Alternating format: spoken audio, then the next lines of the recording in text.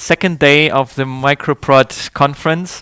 Yesterday we had a day full of academic presentations with the results of the academic research that was conducted during the Microprod project.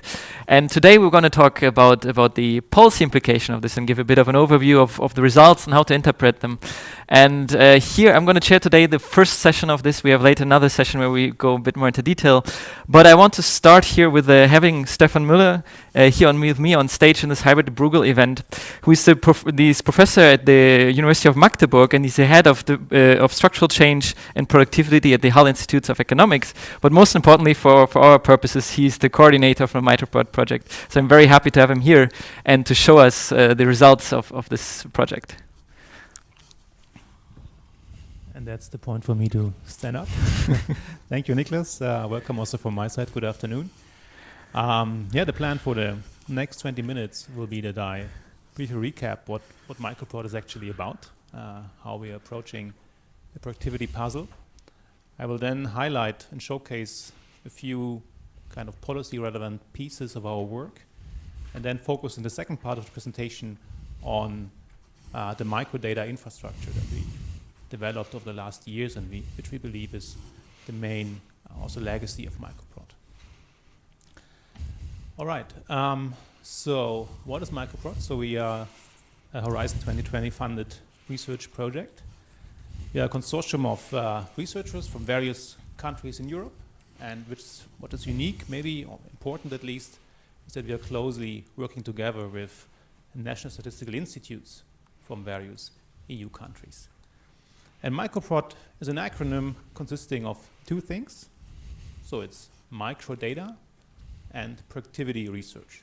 So I think this makes already clear where the focus of Microprod is. It's about productivity research using microdata, and I will try to be specific on why we think this is an important kind of, combination. So Microprod has three goals, and I will talk about all of them very briefly. So the first one is to improve microdata for productivity measurement.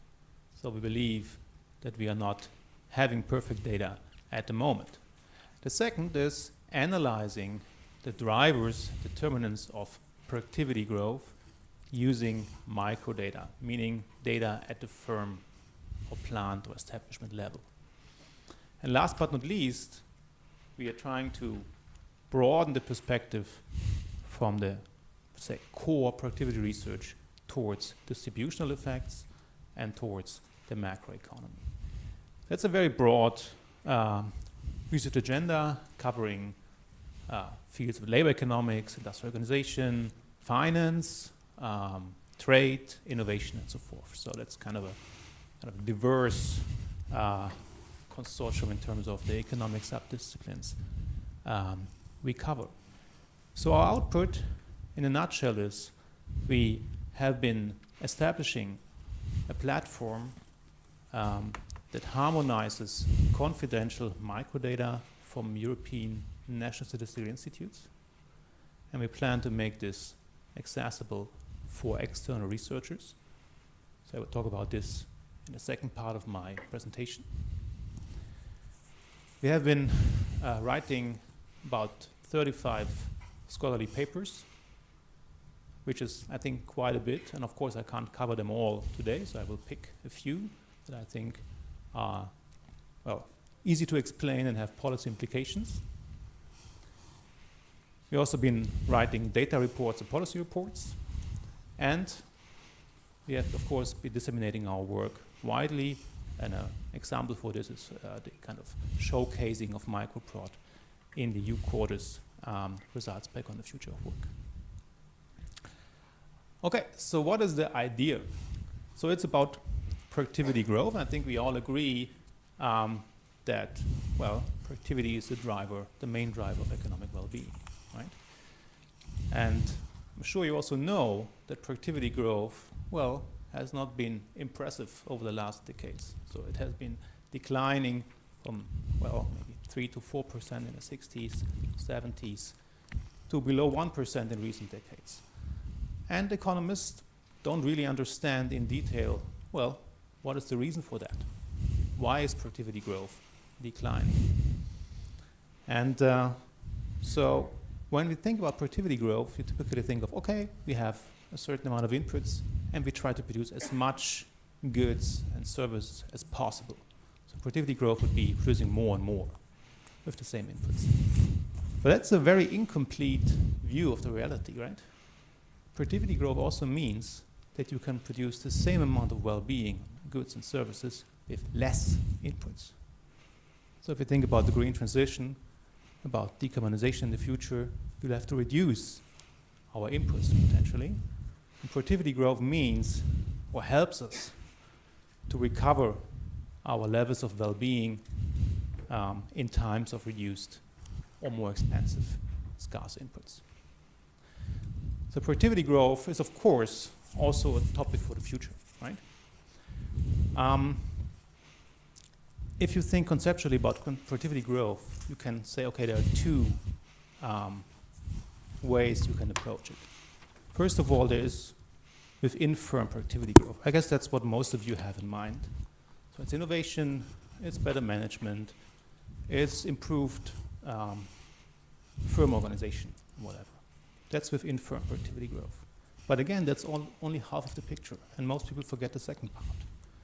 That's the famous Schumpeterian reallocation of resources, meaning that unproductive firms shrink, lose market shares, and set free the resources of labor and capital they have been using. And then we hope in a well-functioning market economy that those resources move to more productive firms, which in turn then increases aggregate productivity. So there are two drivers of aggregate productivity within firm growth and reallocation of resources towards more productive producers. And to understand this, I think it's becoming obvious from this kind of decomposition here. To understand this, you need microdata, right? To understand the drivers of firm level productivity growth, you should look at microdata.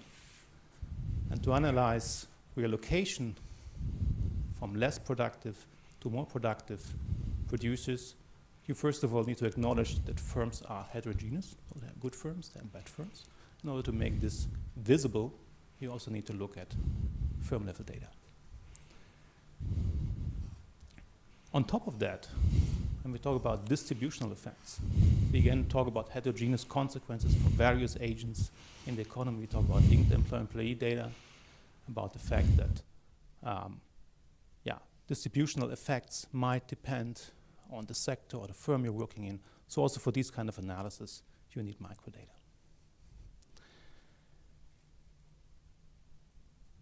As promised, I'm now highlighting on 2 slides some very selected results that we generated over the last 3 years. On this slide, I will talk a bit about trade integration, reallocation, and productivity. And the first bullet point is a summary of papers using German data. So the numbers here, D, 2.3, and so forth, are, well, numbers for our deliverables and the project. So you can find them under those numbers on the Microprod webpage if you look for them. So those first group of studies looks at import competition and the effects that this has for firm productivity, R&D, and allocative efficiency. And a core result is that it depends on where competition is coming from. If competition is coming from low-wage countries, we found that at least German firms shrink, so they cannot really face that competition well. But if competition comes from high-wage countries, this is triggering productivity improvements and R&D investments in German firms. And overall, it seems as if trade integration in the form of import competition increased allocative efficiency in Germany. Okay, what does it mean from a policy perspective? Well, one of the big debates we have nowadays is kind of the rollback of globalization, the more resilient value chains, and so forth. And as a German economist, or look at the German economy, you would say, okay, we have been quite successful in globalization, so rolling this back is not good news for the German economy, right? So there's a danger, potentially. If you look at the nuanced view in the first paper here, well, maybe it's not as bad as you might think of in the first place. Because when we think of rollback, globalization, and more resilient value chains, we might think more of onshoring production from the Far East, right?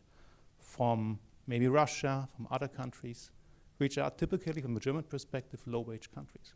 So this result tells us, well, if you don't have this competition anymore, that's maybe not the worst thing, or not as bad as reducing trade with high-wage countries. The second two bullet points emphasize the connectedness of firms in the global economy. The first one we show for Spain, Italy, and France, that demand shocks coming from the national economy are not only impacting trading firms, so exporting firms. They are propagated through ownership networks and are also impacting firms that themselves do not trade, not engaged in trade. A second set of results for Eastern European firms, so these are firms from Hungary and Slovakia in this example, shows that those firms rely heavily on just a very few international buyers and suppliers, which of course means that if we have unstable global value chains, if we have problems in international global value chains, those firms might be in particular vulnerable because they can't easily substitute between different suppliers and buyers. A second set of results now is on the distributional side. And economists of the last, 10 years or so have been re-emphasizing the role of bargaining power between workers and firms. So there's a lot of debate about whether the reduction in the labor share and value added might have to do with bargaining power. There's a lot of debate about rent sharing and whether this explains the increasing inequality between firms in their wage setting policies. And of course, there's also a debate on how the impact of the minimum wage depend on, say, ex-ante monopoly power of firms, etc.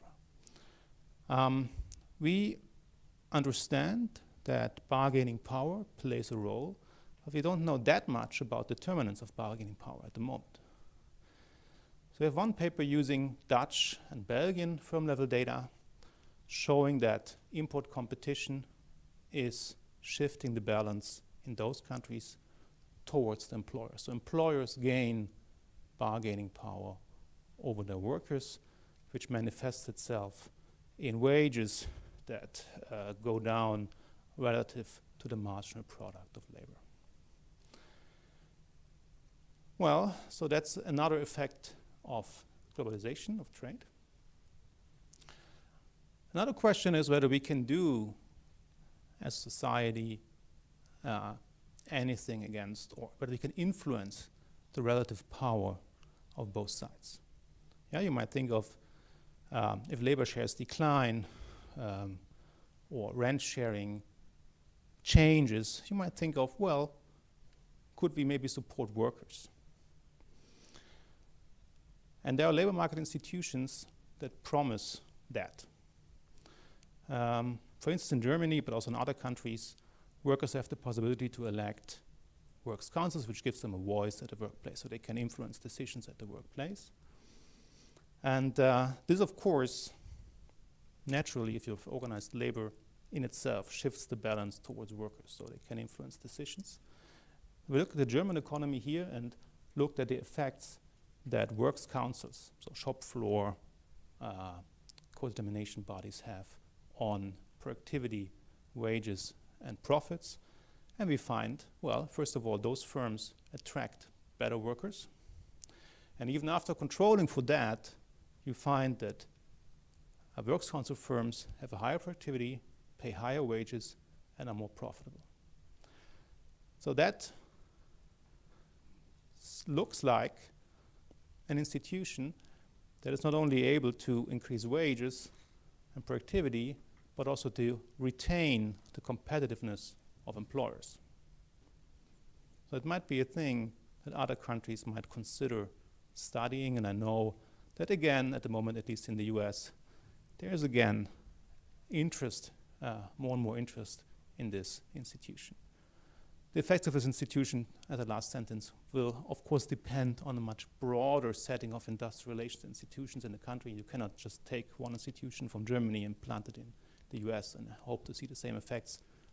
That will be a mistaken policy conclusion. Okay, so I already started explaining why we believe that the look at microdata is that important.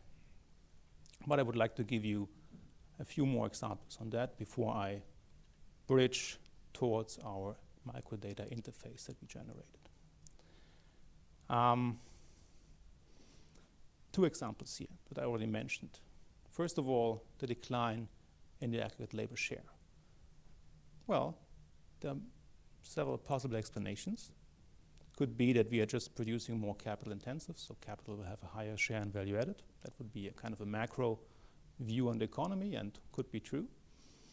But there could be other explanations, and many of you might know the paper of author and co-authors 2020 emphasizing superstar firms. So the idea is again, firms are heterogeneous. Some firms have high markups and low labor shares, others have higher labor shares. And if resources are reallocated for whatever reasons towards low labor share firms, then the labor share will decline in the aggregate. Right? That's another example where we talk about heterogeneous firms and where we have to look at microdata. And the productivity slowdown that I mentioned already, there are macro explanations.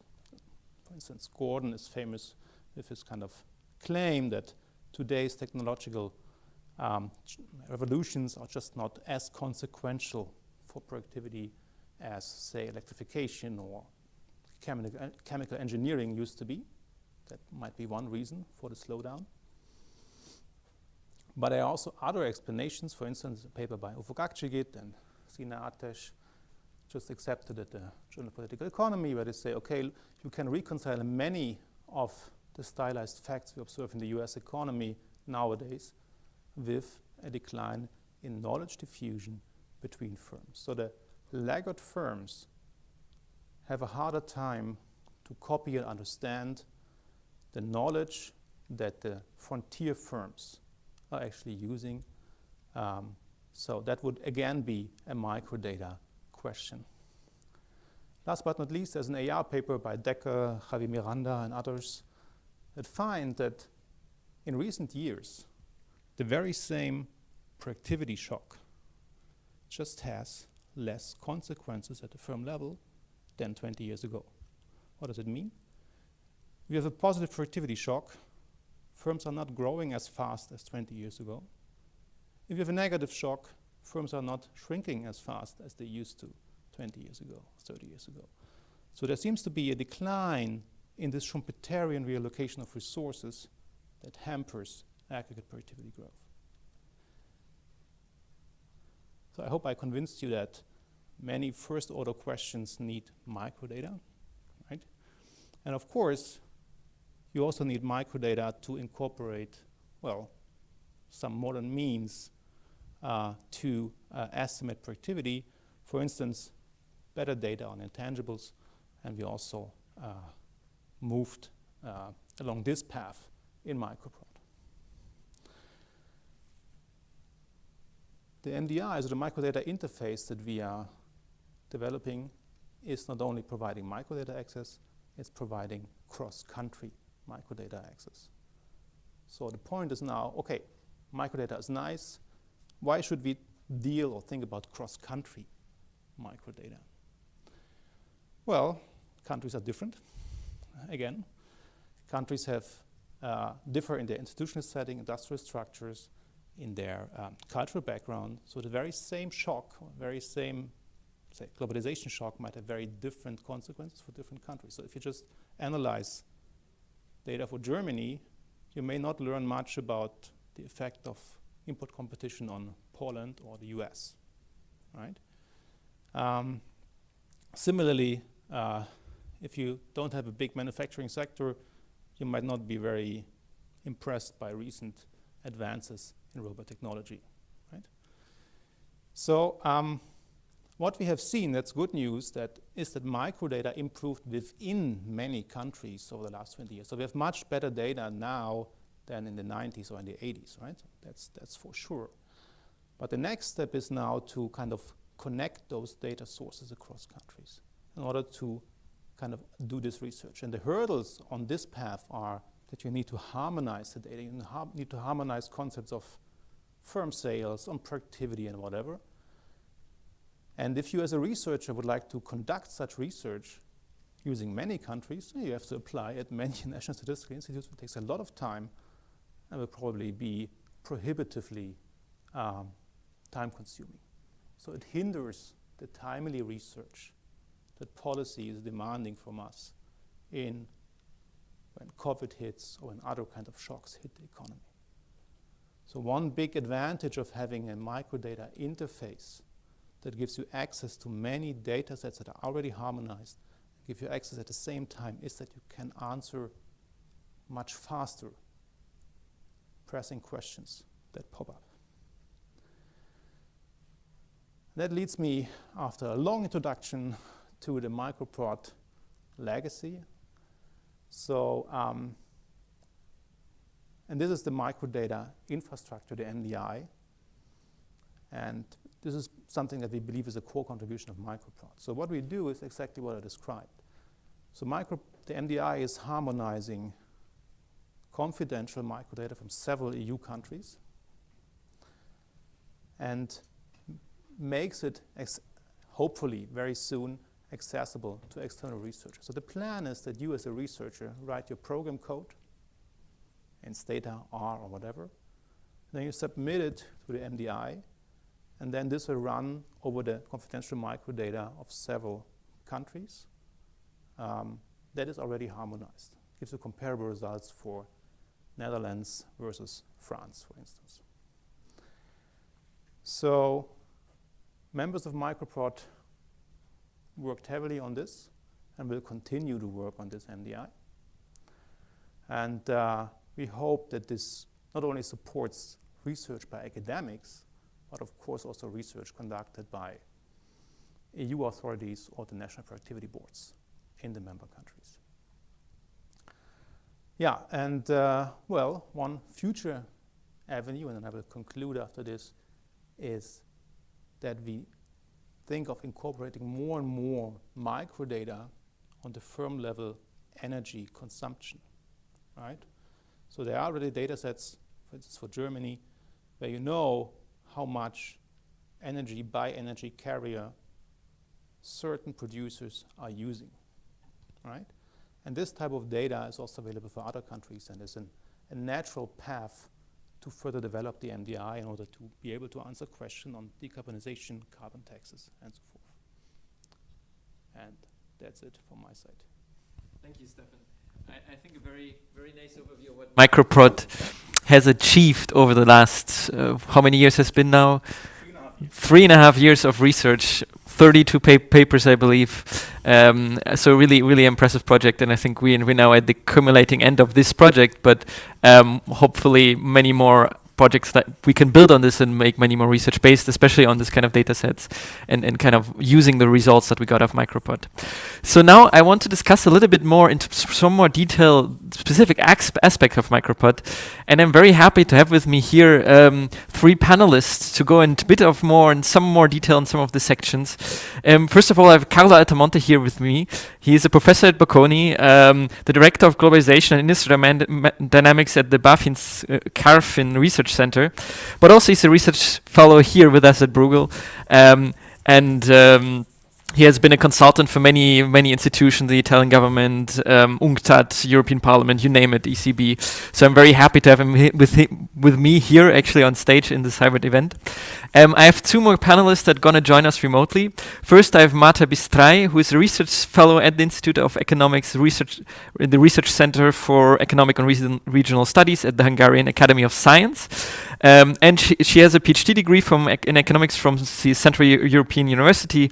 And also she has worked on projects in Microprod, in particular on globalization and the effect of global value chains on productivity. So I'm very happy to have her here with me. And my third panelist today is Erik Bartelsman. He's a professor at the Vrije University in Amsterdam. He's a director of the Timberg Institute that worked also on this MDI, for instance. He has a long career in economics, a very distinguished career, having been with a PhD from Columbia, having been at the Fed in Washington, was at the CBP in the Netherlands, and also has been an advisor in the Netherlands Council of Economic Advisors. So I'm very happy to also have him with us today to discuss these topics. So to maybe go a bit into the details of some of these topics, I want to start maybe with Marta and with her explaining a bit about the globalization aspects of Microprod and the kind of the results that we got from the working package on global value chains. So thank you, Nicholas, and good afternoon to everyone. So the aim of Microprod has been to have a better understanding of productivity and its drivers, and to learn about that, it's just crucial to take the international aspect and to talk about international trade and business relations, given the highly fragmented nature of production across the globe nowadays. And we all know that because of this connectedness, vulnerability just increased. And if there is a disruption in one part of the network, then it has much more far-reaching consequences than it used to be before. And we live in turbulent times, so we were not very short of these negative shocks recently. You can just think of the global pandemic or the war in Ukraine and all the accompanying economic consequences. So all these call for some adjustment from the side of the economic actors, and there have been much discussion recently about the potential trends of reshoring as a result. But at the same time, so there are these unexpected events which increased the prevalence of uncertainties in the economy and the awareness of the economic actors about that. But there are also longer run processes which have been going on for a while now. I'm thinking of automation or digitization, and also the future changes due to greening. So all that requires changes and is expected to bring changes. Connected to the digitalization, I can also bring in another aspect which has strong connections to the international aspect as well, namely the importance of intangibles and knowledge in the production process, which has a strong impact on how these networks evolve over time and how they change.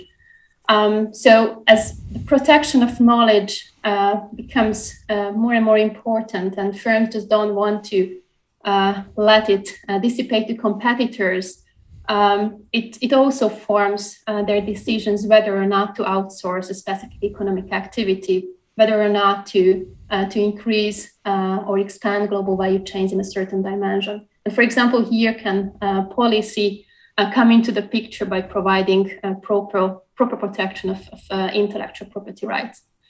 And I would like to call attention to the importance of these links, because we would like them to stay alive and to thrive, because one important reason of that, not only the standard advantages of specialization through international trade, but also the role they play in promoting knowledge transmissions between firms and also between regions, because knowledge transmitted to, for example, to supplier of a global value chain can have more spillovers in the local economy as well due to other business links. So we would like to keep these links alive, and policy can be very important in this respect, a stable policy environment. And also I can turn or go back to the microdata infrastructure with which Stefan ended his presentation. So the cross-country nature is not only important because we would like to learn more about heterogeneities across countries and compare things, but also because of the globally fragmented nature of production. We would like to learn about not only firms, but also about the whole network and to see how these firm-to-firm connections are affected over time. And these cross the borders. So we need more data, more harmonized data on that. Thank you, Marta. I think you've also, again, a very, very strong plea for the importance of this kind of microdata for the research in this important topic. Before I go to Eric, I just want quickly to remind our audience that as all our basic Bruegel Hybrid events, this is an event where you can participate, you can ask questions to the panel. We have some of our audiences here in person, so they will be able to ask questions in person, but also for those you joining us online, we have, as always, a Slido interface where you can ask questions to the panel. The hashtag this time is hashtag Microprod. So go to slido.do, hashtag Microprod, if you want to ask questions to our panel. So now I want to go to Eric. He's going to tell us a bit about the results that Microprod got in terms of innovation and its impact and role in productivity growth. Eric. Thank you very much for having me. I wish I could be present, but I'm hybrid and the technology is letting me be here. Stefan already mentioned that the key framework in Microprod has been this framework of within growth versus between growth. Firms themselves getting more productive versus the society and aggregate economy becoming more productive because resources shift to the more productive firms and away from the less productive firms. So both of these paths are important for aggregate productivity. Nothing we've done so far in this Microprod project, none of the research, I would say, has countered that this framework isn't good. As a matter of fact, this framework seems to be working quite well and standing up to considerations. For example, in Germany and Hungary, we've seen how intangible assets, adoption of these at the firm level, have boosted within firm productivity. We see that intangibles likely are increasing marginal cost of production. We know that there's some ties to that, to higher markups. We haven't written up this research yet, but we are finding that those firms that have high price cost markups also seem to be the firms that have been intangible intensive. However, we know that there's likely a downside to this, that the firms that have this high markups might actually use their market power to shut down the reallocation channel, in a sense, keep the competitors away. And this in turn may actually slow further innovation. So I'll turn to this later in the policy advice. We've seen in some of our work how globalization shocks affect the productivity, also through these two paths, directly, for example, through cheaper inputs, but more indirectly through the reallocation that causes competitive pressure. So we saw that yesterday in a paper by Lionel Fontanier. So far, also the data on linking the value chain and global value chain surveys to production surveys and business registers. There, I'd say evidence is a bit mixed. In Germany, we see that while kind of surprisingly, employment effects are good. Firms that offshore actually seem to grow more. However, the productivity effect is very small and possibly even negative. The evidence from Denmark, where the data are slightly different, might shed a different light on this. And I would say this clearly points to why it's important to do the cross-country comparisons. The data sources may differ a bit. The policy environment differs. Germany is a large economy. Denmark is a small open economy. To get evidence that we can actually use and apply to different areas that has some external validity, we're going to need to test this in multiple countries and compare results. So I think that's really important that we continue with that. And part of our research, and Stefan and Marta both mentioned this, is that we're building this infrastructure exactly to allow this type of research to take place and to do these international comparisons without each project taking 4 years as Microprod has. So those are the findings so far. I'd say looking forward, we are living in uncertain times. It's hard for firms to decide what to do. It's difficult for households to make savings and consumption decisions. We see shortages coming up. We see inflation coming. We're living in difficult times. Yet it's clear that there are some goals that society must meet in the future. So we need to deal with the greening. We need to deal with probably further shocks, health-related shocks, COVID-type shocks, international global value chain shocks, regional political shocks. And so this would say that to have a monitoring system that can find the effects and provide evidence-based advice on the trade-offs to policymakers is really important. So for example, in the COVID period, there were two paths to support the demand side in the economy. One is to support workers inside the firms, and the other is to support the workers that have been fired and give them income support. Well, there's a trade-off there. Supporting them in the firms is not very good because you might be supporting kind of zombie firms. You're getting improper churn. Supporting them after they've gone isn't very good because when the economy starts up, there might be a mismatch between the needs in the labor market and where the workers are and what industries the workers are in, possibly leading to very strong price pressures. So again, this is an area the evidence isn't in. Our systems are poised to be able to answer these types of questions and to provide going forward answers to policymakers. Similar, the framework of within and between, I think, works really well for the greening. How much of our benefits has to come through new products, new final demand categories, things that are explicitly energy extensive versus improving the energy intensity of the processes of the products that we're already consuming. And for this, the microdata linking energy use at the firm level, finding out energy content of final demand goods will provide a framework for policymakers to set the rule going forward. If there's one thing we have learned, though, and I think this I'll take as my policy takeaway, is that a level playing field is really important. The competition between firms is important to drive innovation. That means whatever you do should be at a level playing field. That doesn't mean that you can't put pretty aggressive policy goals going forward. For example, a time path of changing energy prices, CO2 costs going up. So I would say keep a level playing field in the cross section, but feel free to tilt it towards policy goals in the future. So I'll leave it at that and let Carlo get in.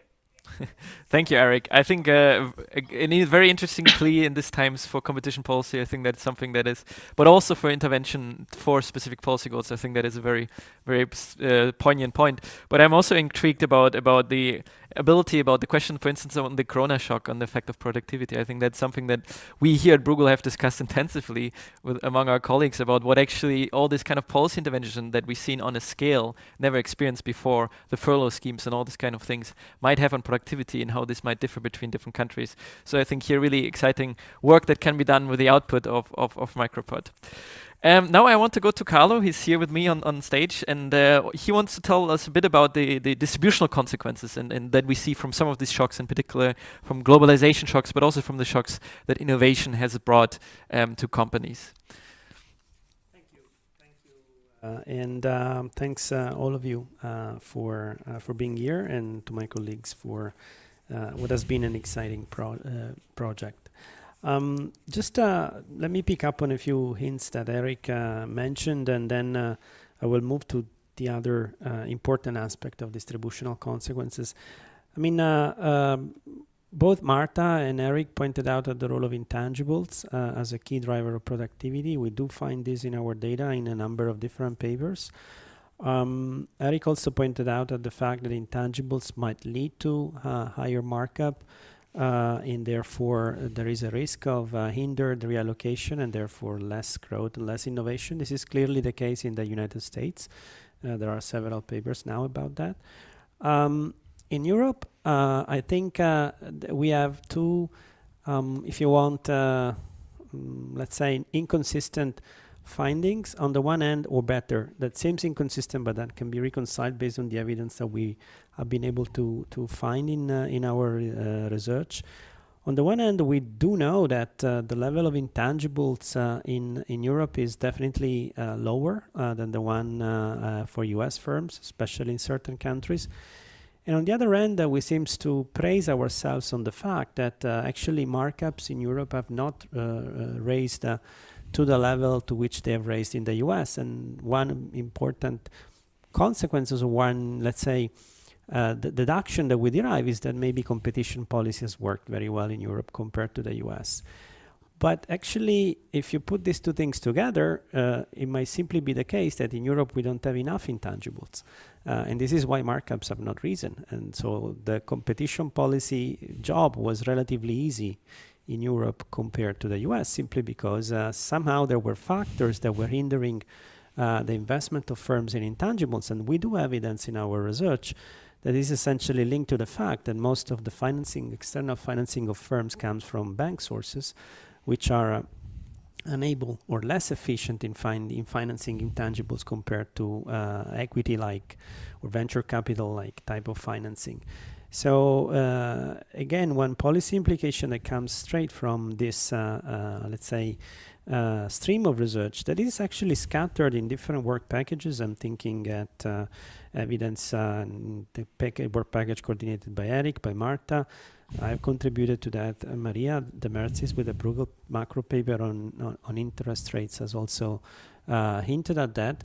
Is that probably one of the, let's say, most important drawback of our lacking of completion of the capital market union is the fact that firms have not been in a position to finance enough intangibles and therefore growth in productivity to the point that we would have actually considered optimal.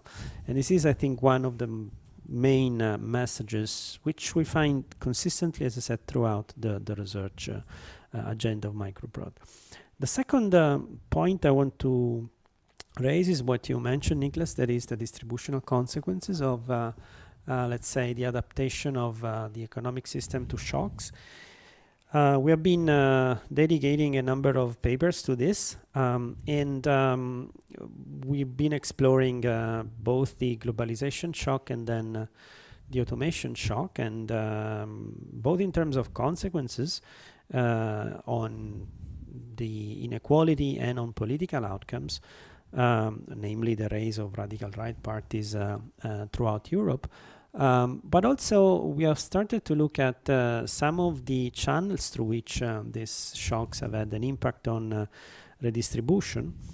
And what seems to be the case, although here we are, let's say, getting some of our results, but again, yesterday we had a nice, let's say, final scientific conference where we were able to, let's say, compare some of our results, and I think I'm more confident in what I'm about to say today rather than I was yesterday compared to what I heard. So the story is that for sure the China shock, both the China and the automation shock have an impact on inequality. This is clear. But the channel seems to be slightly different in the sense that the China shock seems to act on, let's say, at a more local level, and on the weaker firms and therefore workers, in the sense that firms react to the China shock in the usual way of raising productivity, but this raising productivity following the China shock comes after a brutal selection process that, let's say, puts a lot of pressure on the unskilled workers and therefore at the margin compresses wages, which therefore then gives rise to wider dispersion of income, if you want, in the distribution of income, mostly focused on the left-hand side of the distribution. It is the left-hand side of the distribution that is more pushed to the left, farther to the left. If instead you look at automation, results that we have is that automation doesn't necessarily lead to lower employment, and it might even lead to an increase in the skill premium for either a skilled worker or, findings of Stefan yesterday, young workers. And therefore, in this case, the income distribution gets more dispersed, but because certain parts of the workforce do get more benefits than others. This is not that some workers lose, it's that some gain more than others. Now, in political terms and in distributional terms, the outcome is the same. There is more dispersion of income. People are fed up and might vote for populist parties, But the channels through which this is happening are very different, and the policy implications are very different, because in one end, you have to work on, if you want, reskilling or protecting those workers unskilled that are hampered from the Chinese shock. On the other end, it's more probably a matter of redistributional policies at the more general level rather than the local level in fighting the skill premium or in the consequences of the skill premium. So this is another important aspect that is deriving from this research. And early evidence of some of the scholars that work with us are pointing out that very similar things are happening with the green transition. The green transition is another powerful shock, which might displace some workers in the sense that it might generate uneven distribution of cost to certain parts of the society that therefore can react in adverse ways, even in political terms.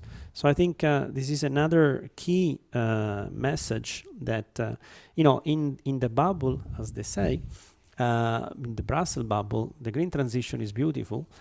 Outside from the Brussels bubble, the green transition can be a very, let's say, complicated exercise for certain parts of the society.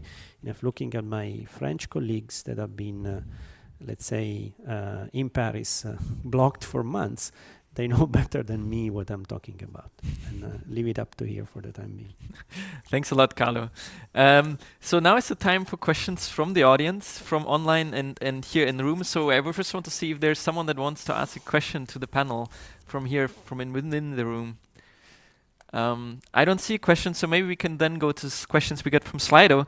And one of the questions that we got here is from Vincent, who asked what the role that workplace democracy and employee ownership can play in constructing and counteracting the negative effect of globalization on bargaining power. I think that links to what Stefan was saying earlier about the role, for instance, what we've seen in Germany of workers' councils that that had an effect on productivity, a positive effect on productivity in that particular instance.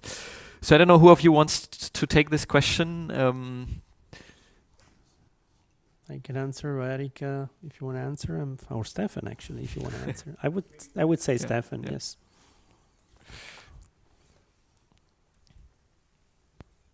Yeah, thank you very much for the question, which is a tough one.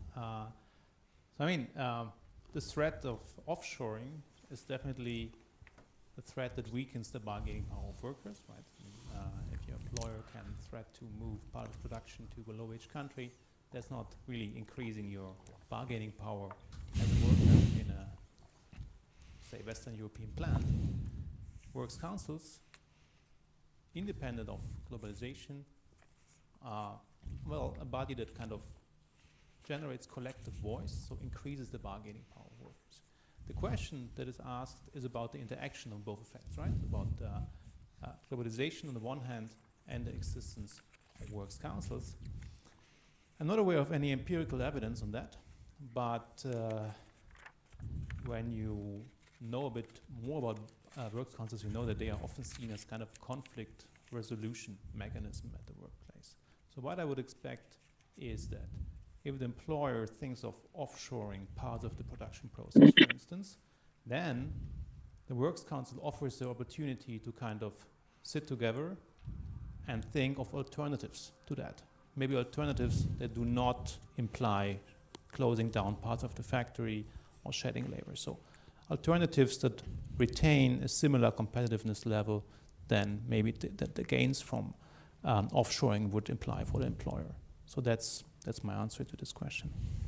Thank you. Do we have a question here? We have one question here from the audience, please. If you could introduce yourself also to our online audience. Yeah, thank you for these very nice interventions that put all the findings that we discussed yesterday in perspective. So there is one competing explanation when it comes to the reduction of productivity over time, which is, and you will see that the idea is not very original, but which is the shift from manufacturing to services. And so this old story that we have less productivity gains in services. And so you didn't touch much upon this in the previous intervention. So if you could elaborate a bit. So my take is that the boundary between manufacturing and services is no longer something that we should seriously consider. But that said, when it comes to statistics, so there is a boundary, and so we can work very much into the details of the manufacturing industry, employment, match employer-employee data, productivity. But when it comes to measuring productivity in services, we as economists, we are a bit in trouble. So is there a chance that Microprod and further projects of that type would help us answering this very old question of the respective productivity in services versus manufacturing? Thanks a lot. Maybe we can collect a few questions, then we let the panel answer. Yes, my name is Erik Anton from DG Research.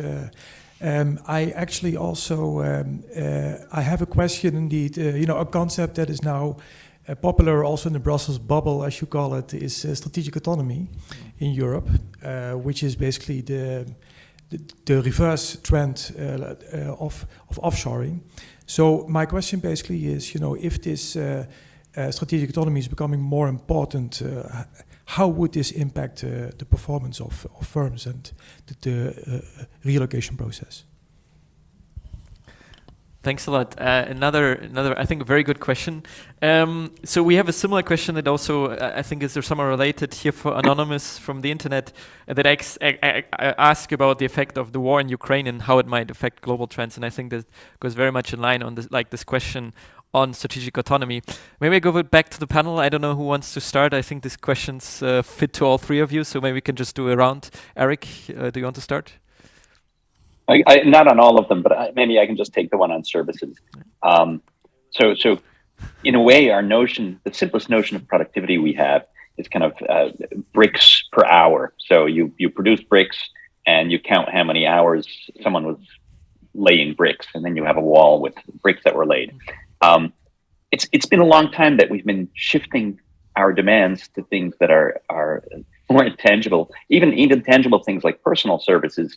Quality matters, and when it comes to intangible services, all of us consuming Justin Bieber songs, quality is hard to measure. Quantities are often not very meaningful. So I think with the firm level data, the best we can do is to really look at deflated revenue per unit of input, and then try to measure the inputs right. Then always keep in mind whether the market is competitive or not, whether the customers that are paying for these services, even if they can't distinguish price, quantity, and quality, or we can't as econometricians separate them, when they're paying for it, we do need to know that they're paying for it kind of out of their free will, that they have choices, that other things can happen. So I think the firm level data can help with that. On the other hand, I think we need to rethink our theory of what it is that fits into humans' utility functions, because the other way of defining productivity is it's a change of well-being minus the change in primary inputs. That's productivity growth. So we need a very broad measure of well-being to actually measure productivity well. And we're caught in the old-fashioned trying to get at bricks. And I don't think that's going to be very useful. So I hope this answer helps a little bit. I think very good answer. I don't know, Carlo, do you want to comment as well on this?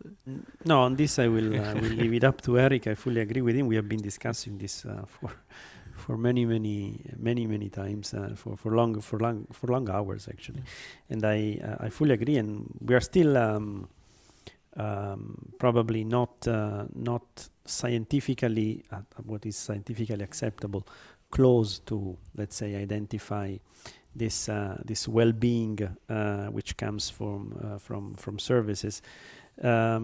So maybe some component of the productivity slowdown might be also associated to our imperfect measures of service productivity, for sure. Now, coming back on the strategic autonomy question and the impact of the Ukrainian war, I believe that the entire concept of let's say, offshoring and globalization will be, at least in the foreseeable future, will have to be reviewed a bit because when you hear Janet Yellen at the IMF meetings this spring talk about friend shoring, that tells you that probably the way we used to consider the entire world as a place where you could, let's say, autonomously decide to produce is not there anymore. On the other hand, there is also this tendency of firms, because of the green transition and the need to be accountable for the carbon footprint, to retain a much closer control on the value chain as such. And third, the corona crisis and the Ukrainian war has again exposed key, let's say, critical nodes in the value chain. So if you put all these things together, the changing political scenario, which might lead to new divisions in the geopolitics of the world, the need to retain control on the sustainability and the carbon footprint, and the criticality of some parts of the value chain, it all brings you back to the idea of some reshoring, if you want,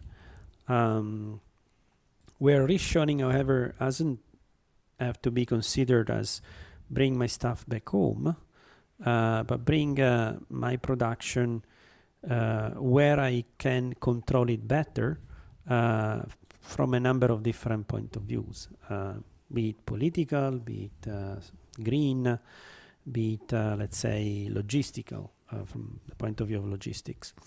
Part of the inflation that we are experiencing nowadays, even before the war in Ukraine, is due to the critical failure of value chains in emerging economies, due to the fact that the pandemic might have been over in Europe and the US thanks to modern vaccines, but not and very diffuse vaccination campaigns, but the fact that stop and go in production took place in emerging economies displays clearly shortcomings in value chains. So therefore, during 2021, we had demand for goods increasing and the ability of the world to produce and deliver this good decreasing, and that's a recipe for inflation. So optimizing this, I think, is a key component of future strategies.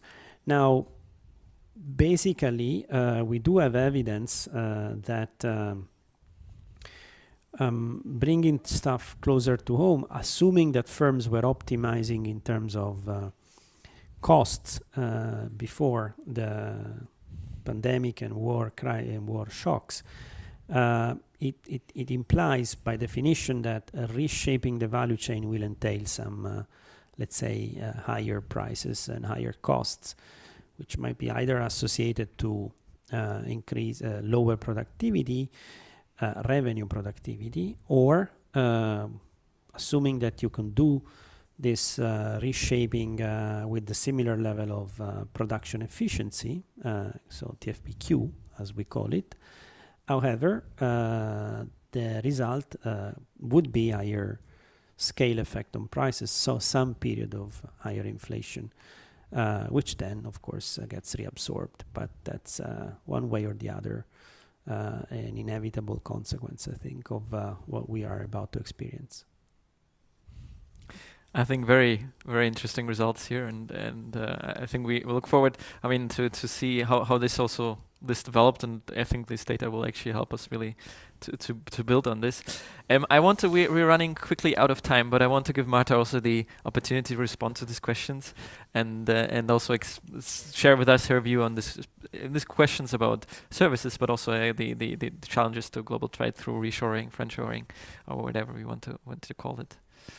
Thank you. So quickly about services. So I agree that measurement is a key issue there. And also the importance of intangibles and comparability and quality issues, and also the data availability make it much more difficult for us to provide the proper measurement of productivity there. So Microprod has made some steps towards that direction, but there is definitely a lot more to do in that direction.